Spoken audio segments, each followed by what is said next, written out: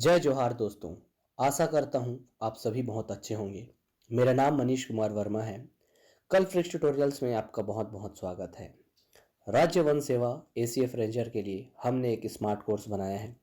आप कल फ्रिक्स ट्यूटोरियल के वेबसाइट पर जाकर कोर्स हेतु जानकारी प्राप्त कर सकते हैं।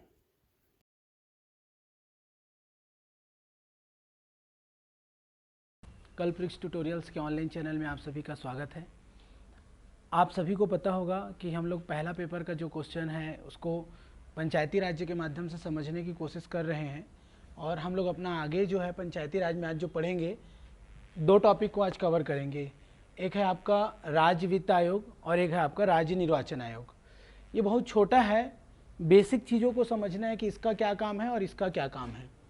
पंचायती राज अधिनियम 1993 और छत्तीसगढ़ का जो पंचायती राज है इसमें क्वेश्चन इससे इक्का दुक्का देखने को मिलेगा। आपको क्या क्या प्रावधान है हम समझेंगे, लेकिन उससे पहले आपको एक बात मैं बता देता हूं कि अभी जो एसीएफ का फर्स्ट पेपर है उसका हम लोग तैयारी जो है अब चालू करवाएंगे आप लोग से। तो यहाँ पे अगर आपको रजिस्ट्रेशन करना है तो हमारे वेबसाइट कल फ्रिक्स ट्यूटोरियल्स के वेबसाइट में आप जा सकते हैं और वहाँ पे डेमो वीडियो डाल दिए जाएंगे, आप उसको चेक कर लीजिएगा। और फर्स्ट पेपर के साथ साथ सेकेंड पेपर का भी आप एडमिशन ले सकते हैं, जिसकी एडमिशन अभी प्रारंभ हो चुकी है। ठीक है, नीचे जो नंबर दिख रहा है उस पर आप कॉल करके और भी अधिक जानकारी ले सकते हैं। चलिए आप स्टार्ट करते हैं। हम लोग पंचायत में राज्य निर्वाचन आयोग क्या है और आपका राज्य वित्त आयोग क्या है। ठीक है, तो पहले हम लोग देख लेते हैं राज्य वित्त आयोग के बारे में। ये जो है अनुच्छेद का आखिरी वीडियो होगा, इसके बाद हम लोग कुछ नए जो है निलंबन क्या है, अविश्वास प्रस्ताव क्या है, उन सबको अध्ययन करेंगे। अनुच्छेद के हिसाब से लास्ट रहेगा। ठीक है, तो ये राज्य वित्त आयोग में आपको सबको पता है कि राज्य वित्त आयोग का जो गठन है कौन करता है, राज्यपाल करता है। राज्य वित्त आयोग का गठन जो है राज्यपाल करता है 5 वर्ष के लिए। कितने वर्ष के लिए करता है, 5 वर्ष के लिए करता है कि हर 5वें वर्ष में राज्य वित्त आयोग का गठन किया जाता है और इसकी जो है इसका जो गठन है वो कौन करता है, तो राज्यपाल। क्यों करता है, उद्देश्य क्या है इसके करने का, या कार्य क्या है राज्य वित्त आयोग का। उद्देश्य बोल लो या इसको आप कार्य भी बोल सकते हो, क्या कार्य है मेन। तो देखो, राज्य और पंचायतों के बीच, पंचायतों के मध्य बोल सकते हैं अपन। ठीक है, राज्य वित्त आयोग में इसका जो गठन हमको पता चला राज्यपाल करता है, हर 5 साल के लिए होता है इसका गठन। कार्य क्या है, तो राज्य और पंचायतों के मध्य करों का बंटवारा, करों का बंटवारा या बोल सकते हैं वित्तीय बंटवारा, वित्तीय वितरण। ठीक है, राज्य और स्थानीय निकाय जो है उसके मध्य करों का आवंटन करने के लिए, पैसों का वितरण करने के लिए, फंडिंग करने के लिए जो है राज्य वित्त आयोग का गठन किया जाता है, आर्थिक स्थिति को सुधारने के लिए। साधारण शब्दों में हम क्या समझते हैं भाई कि आर्थिक स्थिति को सुधारने के लिए राज्य वित्त आयोग का जो गठन है राज्यपाल के द्वारा हर 5 वर्ष के लिए किया जाता है। कार्य मेन यही है, राज्य और स्थानीय निकायों के मध्य या पंचायतों के मध्य करों का या पैसों का वितरण करने के लिए इसका गठन किया जाता है। ठीक है, और ये जो राज्य वित्त आयोग है इसके एक अध्यक्ष होते हैं। जैसे छत्तीसगढ़ के पहले राज्य वित्त आयोग के अध्यक्ष हैं प्रथम, जो प्रथम अध्यक्ष थे, मैं लिख दे रहा हूं यहीं पे, प्रथम अध्यक्ष। क्वेश्चन पूछ सकता है छत्तीसगढ़ राज्य वित्त आयोग के प्रथम अध्यक्ष कौन थे, तो याद रखना जो अभी भी हमारे वित्त मंत्री है वही करेंगे, मतलब वही थे, टी एस सिंहदेव। छत्तीसगढ़ के पहले राज्य वित्त आयोग के अध्यक्ष के रूप में हमको क्या नाम मिलता है भाई, टी एस सिंहदेव का नाम मिलेगा। वर्तमान आप लोग भी चेक करिएगा, जहां तक मेरे को याद आ रहा है चंद्रशेखर साहू जी हैं, 3rd नंबर के हैं ये, लेकिन आप इसको चेक कर लीजिएगा, है ना। चंद्रशेखर साहू वर्तमान, एक बार चेक करिएगा, लेकिन जो अभी 3rd नंबर के जो अपने यहाँ छत्तीसगढ़ में वित्त आयोग के अध्यक्ष जो नियुक्त हुए हैं, मेरे को याद आ रहा है चंद्रशेखर साहू नाम। इसको आप लोग चेक कर लीजिएगा, मैं स्टार मार्क कर देता हूँ। लेकिन राज्य वित्त आयोग जो है अपना अनुच्छेद 243 आई या झ में है। झ में मैं आपको बताया था ना, झाड़ है वित्त आयोग, पैसा है, झरझरा के गिरेगा ऐसे करके। तो पैसों का जो लेन देन है स्थानीय निकाय और राज्यों के बीच जो है वित्त आयोग के द्वारा होगा, जिसका गठन राज्यपाल करता है हर 5 वर्ष में। इसके एक अध्यक्ष होते हैं। छत्तीसगढ़ के जो थे पहले अध्यक्ष वो टी.एस. सिंहदेव है, जो अभी वर्तमान में वित्त मंत्री है हमारे, और चंद्रशेखर साहू जी जो है अभी वर्तमान में, मेरे ख्याल से ये लग रहा है, आप इसको चेक करिएगा, ठीक है, इसको देख के आप क्वेश्चन लगाएंगे। उसके बाद ये इतना ही पढ़ना है आपको, ज़्यादा नहीं पढ़ना है राज्य वित्त आयोग के बारे में, बहुत सारे काम है इसके, लेकिन आपको इतना ही जानना है, फंडिंग वाला मेन काम, ठीक है। फिर उसके बाद इधर देखेंगे राज्य निर्वाचन आयोग। इसका काम बहुत ज़्यादा है और इसमें हमको कुछ कुछ नए प्रावधान पढ़ने को भी मिलेगा। जैसे क्या चीज़, तो क्राइटेरिया है। क्राइटेरिया कहने का मतलब क्या कि भाई कब अपन किस स्थिति में एक साथ 2 चुनाव लड़ सकते हैं, कब नहीं लड़ सकते। इसके अलावा अगर आप 2 चुनाव लड़े हो और जीत गए हो तो किस पद पर हम बने रह सकते हैं, क्या दोनों पदों पे रह सकते हैं या नहीं रह सकते। तो ये सब राज्य निर्वाचन आयोग में ही हमको पढ़ना है। राज्य निर्वाचन आयोग में कौन कौन अधिकारी होते हैं, पीठासीन अधिकारी होता है कि रिटर्निंग अधिकारी होते हैं, ये सब हमको इसमें देखना है, ठीक है। तो राज्य वित्त आयोग के बाद हम लोग देखते हैं राज्य निर्वाचन आयोग। तो आप देखेंगे राज्य निर्वाचन आयोग जो है निर्वाचन कराने का काम करता है। देखो इसको 2 तरीके से हम समझ सकते हैं, इसको भी राज्य निर्वाचन आयोग को कैसे 2 तरीकों से समझेंगे। तो सबसे पहला तो ये जानो आप ये जो राज्य निर्वाचन आयोग है ना, केवल सारणी तैयार करता है, समय सारणी वगैरह जो होता है ना, मेन काम इसका सारणी तैयार करना है। राज्य निर्वाचन आयोग का जो मेन काम है सारणी तैयार करना, कानून को किस दायरे में आपको क्षेत्रों में निर्वाचन आयोग के भीतर रहते हुए हमको कराना है, ये चीज़ का जो है पूरा टाइम टेबल, सारणी, मतदाता सूची तैयार करना, ये सब ये करता है। लेकिन अधिसूचना कौन जारी करता है, ऐसे क्वेश्चन आ जाए आपसे, अधिसूचना। तो याद रखना अधिसूचना जो है, इसकी अधिसूचना वो है राज्यपाल, राज्यपाल द्वारा जारी किया जाता है, ठीक है। निर्वाचन आयोग केवल समय सारणी वगैरह तैयार करता है, और जबकि अधिसूचना जो है कौन जारी करते हैं, तो राज्यपाल। बेसिक कॉन्सेप्ट है, कभी कभी ये गलती हम कर जाते हैं, इसलिए आपको मैं बता रहा हूँ। दूसरा चीज़ देखो, राज्य निर्वाचन आयोग में इसका जो कार्य है, राज्य निर्वाचन आयोग का क्या कार्य है, मेन राज्य निर्वाचन आयोग का जो कार्य है वो क्या क्या है। तो सबसे पहला कार्य तो यही है भाई, मतदाता सूची तैयार करेगा। मतदाता सूची को क्या करेगा, तैयार करेगा। राज्य निर्वाचन आयोग का पहला काम क्या है, मतदाता सूची तैयार करना, बेसिक है। चुनाव चिन्ह आवंटन करना, चुनाव चिन्ह आवंटन करना, है ना।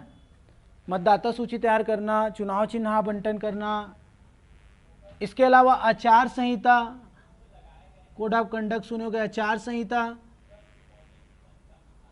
आचार संहिता जो है ये जारी करता है, लागू करता है, बोल सकते हैं इसको अपन। आचार संहिता कौन लागू करेगा, राज्य निर्वाचन आयोग।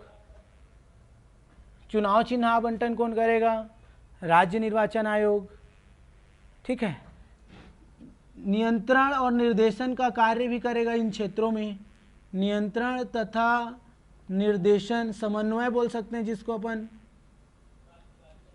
चुनाव चिन्ह मतलब पूरा जो है दायित्व जो है किसको सौंपा गया है, राज्य निर्वाचन आयोग। इसमें बहुत सारे अधिकारी है और भी बहुत सारे कार्य हैं, लेकिन आपको ये समझना है कि मतदाता सूची तैयार करने का काम, चुनाव चिन्ह आवंटन करने का काम, आचार संहिता लागू करने का काम हो जाएगा, आपका नियंत्रण एवं निर्देशन का कार्य, समन्वय, ये सब कार्य जो है कौन करेगा भाई, राज्य निर्वाचन आयोग। इसके अलावा और भी आपको कार्य मिलेंगे, लेकिन मेनली आपको कम से कम इतना जानना है, राज्य निर्वाचन आयोग, ठीक है। इसके बाद देखो राज्य निर्वाचन आयोग में बहुत सारे पदाधिकारी भी होते हैं। राज्य निर्वाचन अधिकारी में पदाधिकारियों के नाम हम देखते हैं, ठीक है। मैं इधर को मिटा रहा हूँ, अगर इसका फोटो खींचना है, स्क्रीनशॉट लेना है तो आप लोग ले सकते हो, आईएमपी है, ये भी टॉपिक आपसे एग्जाम में क्वेश्चन आ सकते हैं भाई। तो देखो यहां पे इस तरफ मैं लिख दे रहा हूं, राज्य निर्वाचन आयोग में जो निर्वाचन आयोग है तो इसमें निर्वाचन अधिकारी होते हैं, बहुत सारे अधिकारी हैं, सबका अपना अपना रोल है। तो ये जो निर्वाचन अधिकारी है, जितने भी हमको नाम मिलता है, पीठासीन, मतदाता अधिकारी, इन लोग कौन है, तो इसका क्रम याद रखो। सबसे जो मेन है, फिर दूसरा कौन है, तीसरा नंबर में कौन है, अपन 4 अधिकारी का नाम कम से कम जाने हैं। तो सबसे पहले जो होता है एक राज्य निर्वाचन अधिकारी में, ये राज्य निर्वाचन अधिकारी राज्य निर्वाचन आयोग का है, तो उसमें बड़ा अधिकारी, एक बड़ा अधिकारी है जिला निर्वाचन अधिकारी। जिला निर्वाचन अधिकारी, इसका जो है, इसकी नियुक्ति कौन करता होगा, निर्वाचन आयोग करता होगा भाई, है ना। उसके बाद देखो इसके नीचे में अगर देखेंगे तो कौन आ जाएगा, तो जिला, फिर पीठासीन नहीं, जिला के बाद रिटर्निंग अधिकारी आता है, रिटर्निंग अधिकारी। कम से कम नाम पता रहे, हो सकता है एग्जाम में मैच द कॉलम के फॉर्मेट में आ गया कि निर्वाचन के पदाधिकारियों को उनके पद सोपानिक क्रम में जमाइए, ठीक है। तो ऐसे आपको पहले ये आएगा, फिर रिटर्निंग अधिकारी, फिर इसके नीचे में तीसरे नंबर में पीठासीन अधिकारी आते हैं, पीठासीन अधिकारी, ठीक है, पीठासीन अधिकारी आ जाएंगे। और इसके नीचे में मतदान या मतदाता अधिकारी होते हैं, मतदाता अधिकारी। तो ये इसका पद सोपानिक क्रम है, पहले ये, फिर ये, फिर ये, फिर ये, क्लियर। ये जो जिला निर्वाचन अधिकारी है, इसका जो है नियुक्ति राज्य निर्वाचन आयोग, इसकी नियुक्ति जिला निर्वाचन अधिकारी ही कर सकता है, नहीं तो फिर राज्य निर्वाचन आयोग तो कर ही सकता है। उसके बाद रिटर्निंग अधिकारी, पीठासीन, और पीठासीन जो है किसी भी व्यक्ति को अगर मतदाता अधिकारी नहीं है तो उसके अनुपस्थिति में कोई भी व्यक्ति को मतदान अधिकारी ये जो है घोषित कर सकता है या बना सकता है उस समय के लिए। पीठासीन अधिकारी हर मतदान केंद्रों में होता है, ये जो अधिकारी है।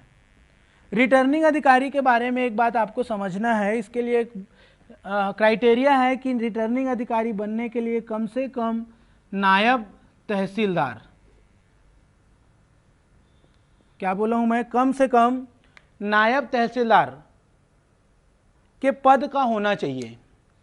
मतलब नायब तहसीलदार के कम श्रेणी के पद का कोई व्यक्ति है तो वो ये रिटर्निंग अधिकारी नहीं बन सकता है, ठीक।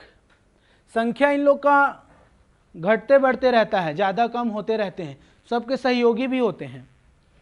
भाई ये बहुत बड़ा कार्य है, पंचायतों में चुनाव करवाने का दायित्व तो राज्य निर्वाचन आयोग को है, जिसको ये समय सारणी इस तरीके से बनाया। फिर आप देखते हैं अधिसूचना राज्यपाल ने जारी किया, निर्वाचन अधिकारी ये फला अधिकारी है, तो इनका काम क्या होता है, क्या करते हैं, तो इन लोग अपने सहयोगियों के माध्यम से जो है क्षेत्रों में निर्वाचन का कार्य है वो संपन्न करवाते हैं भाई। तो रिटर्निंग अधिकारी के लिए एग्जाम में क्वेश्चन पूछ सकता है कि कौन से पद श्रेणी तक में मतलब उसको अलाउ कर सकते हैं जो रिटर्निंग अधिकारी बनने की योग्यता रखता है, तो कम से कम नायब तहसीलदार होना चाहिए। इससे कम पद श्रेणी का व्यक्ति जो है रिटर्निंग अधिकारी नहीं बनेगा, ठीक है। तो इनके अंदर में और भी बहुत सारी चीज़ें हैं, लेकिन कम से कम बेसिक क्लियर हो आपका, बाकी आप क्लास में पढ़ोगे या खुद से अपन तैयारी करेंगे तो आपको समझ आएगा धीरे धीरे। तो कम से कम ये होना चाहिए, आपको क्रम पता होना चाहिए, जिला, फिर रिटर्निंग, फिर पीठासीन, मतदान। याद रखने एक तरीका है, जिला रिटर्न हो रहे हैं पीठ दिखा के, जिला अपन रिटर्न हो रहे हैं पीठ दिखा के, पीठ दिख रहा है फिर मतदान कर रहे हैं, ऐसे याद रख सकते हो। तो जिला रिटर्न हो रहे हैं पीठ दिखा के, मतदान, जिला अधिकारी, रिटर्निंग अधिकारी, पीठासीन, और मतदाता या मतदान अधिकारी भी बोलते हैं इसी को। ये राज्य निर्वाचन आयोग का आप एक प्रकार से संरचना बोल सकते हो, ठीक है। और काम भी हमको समझ आ गया। और क्या है टर्म्स एंड कंडीशन जो है इसमें समझते हैं हम धीरे धीरे। तो आप लोग सुने होंगे प्रथम सम्मेलन वाला बात, ये हो गया राज्य निर्वाचन आयोग के बेसिक बातें आपको समझ आया होगा। इसी में और अपन आगे समझते हैं, ठीक है। क्योंकि इसके बाद हम लोग जो है अविश्वास प्रस्ताव, वापस बुलाए जाना, रिकॉल क्या है, निलंबन क्या है, ये सब देखेंगे। फिर पंचायत की समितियां भी है, बहुत ज़्यादा पढ़ना है पंचायती राज में, लगभग 10 क्वेश्चन आएगा एससीएफ में, तो आपको बहुत अच्छे से गहन अध्ययन करना होगा भाई। चलिए आगे बढ़ते हैं, इसको मिटा दे रहा हूं मैं। अब इसके बाद हम देखते हैं कुछ प्रथम सम्मेलन टाइप का शब्द आता है, आप सुने होंगे। मैं क्रम से पढ़ा रहा हूं आपको, आप ऐसे कभी मत सोचिएगा कि अपन कहाँ से कहाँ पढ़ रहे हैं, मेन चीज़ें तो अभी चालू नहीं हुआ है। हाँ मैं भी बोल रहा हूँ अभी मेन चीज़ चालू ही नहीं हुआ है, मेन पंचायती राज का अभी वो स्टार्ट होगा, लेकिन क्रम से पता तो चले क्या पढ़ना है क्या नहीं पढ़ना है, ठीक है। चलिए, इसमें एक शब्द आप लोग सुने होंगे, प्रथम सम्मेलन। प्रथम सम्मेलन,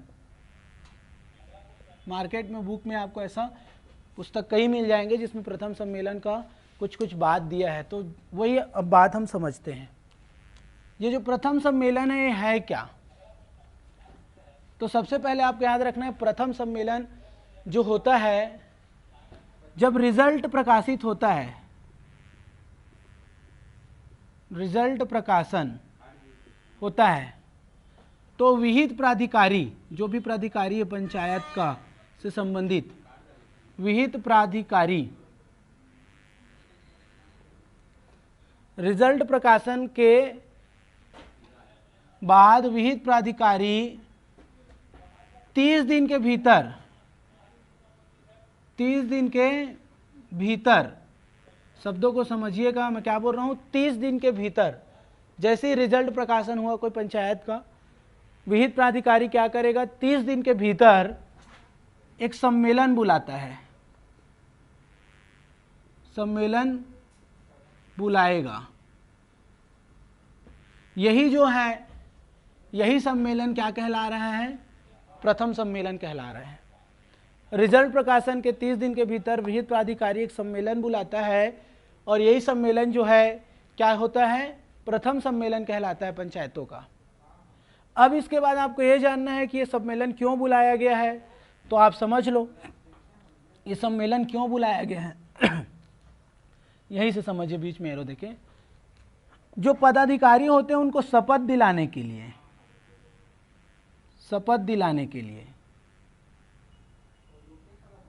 ठीक है भाई। अब रिजल्ट आ गया है तो उनको शपथ भी तो दिलाओगे, जब तक शपथ नहीं लिए तब तक तो कोई पदाधिकारी ही नहीं है। शपथ दिलाने के लिए, जैसे ग्राम पंचायत, ग्राम पंचायत में जो सरपंच है,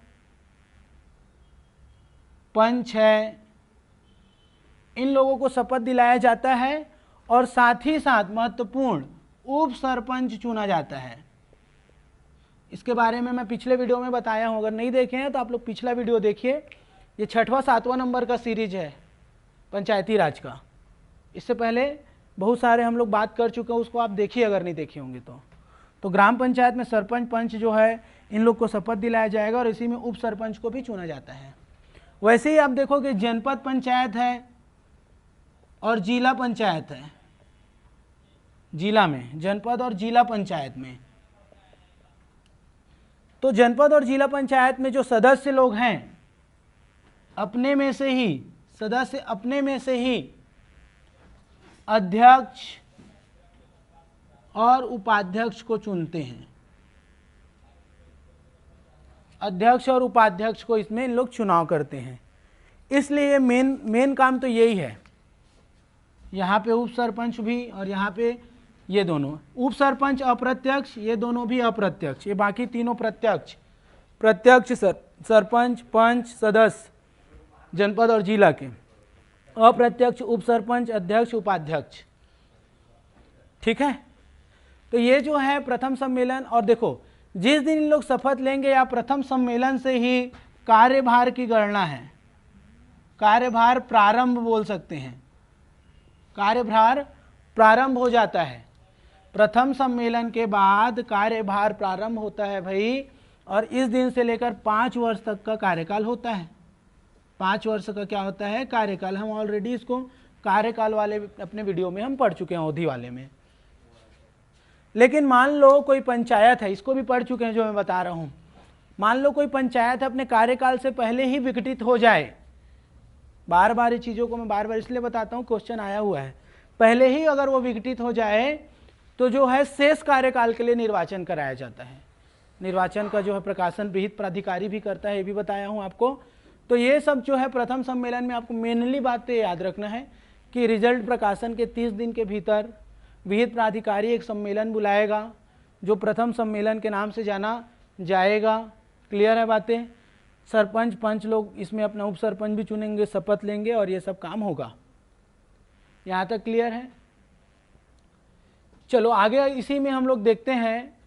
ये सेम जनपद जिला पंचायत सब में ऐसी होगा ना भाई, आपको ज़्यादा इसमें डाउट नहीं करना है। क्वेश्चन जब सॉल्व कराऊंगा आखिरी में वीडियो की, मतलब जब पूरा सीरीज हो जाएगा पंचायती राज का, तो आपको सब चीज़ें समझ आने लगेंगे, कुछ डाउट्स भी आएंगे जब सॉल्व करोगे तो।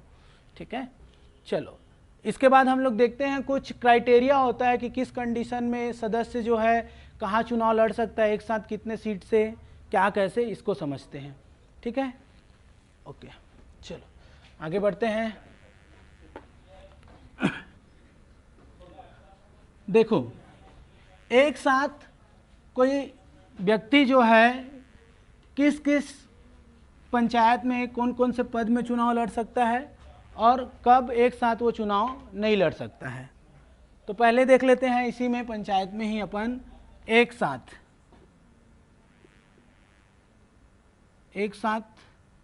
कहाँ कहाँ का चुनाव लड़ सकता है और किस कंडीशन में वो एक साथ चुनाव नहीं लड़ सकता है। एक साथ चुनाव नहीं लड़ सकता है, यहाँ पे लड़ सकता है। ठीक, बातें समझने की कोशिश करिएगा। सबसे पहला देखो,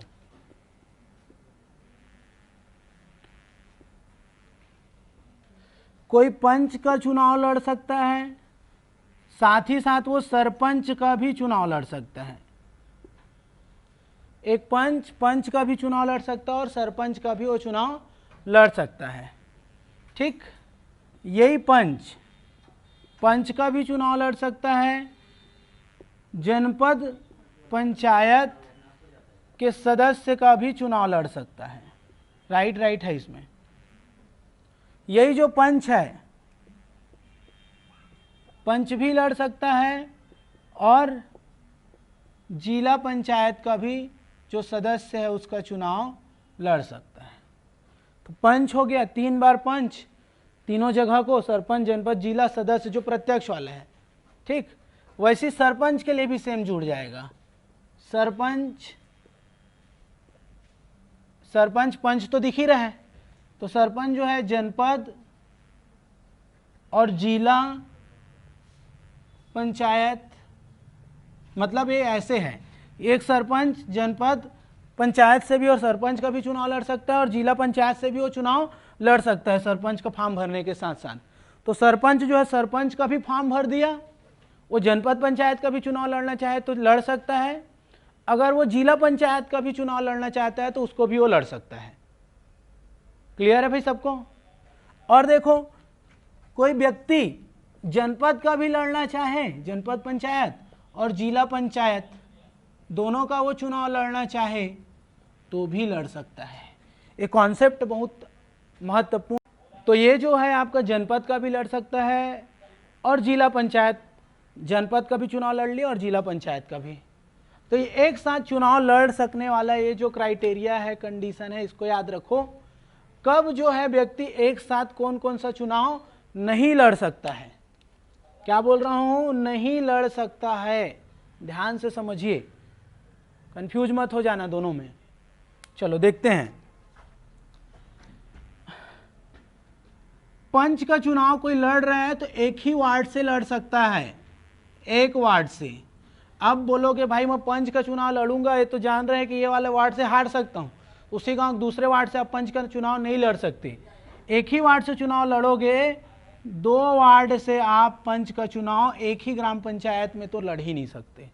2 वार्ड से आप पंच का चुनाव नहीं लड़ सकते, एक ही वार्ड से चुनाव लड़ा जा सकता है। यानी कि सीधा ये समझो कि एक ग्राम पंचायत के 2 वार्ड से कोई पंच जो है खड़ा नहीं हो सकता एक ग्राम पंचायत के।